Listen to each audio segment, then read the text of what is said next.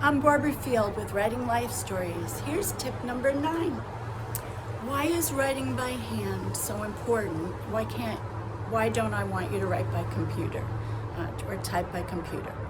Okay, as adults, we kind of don't want to look bad and we kind of go back and edit things and make it sound nice. That doesn't matter in my classes.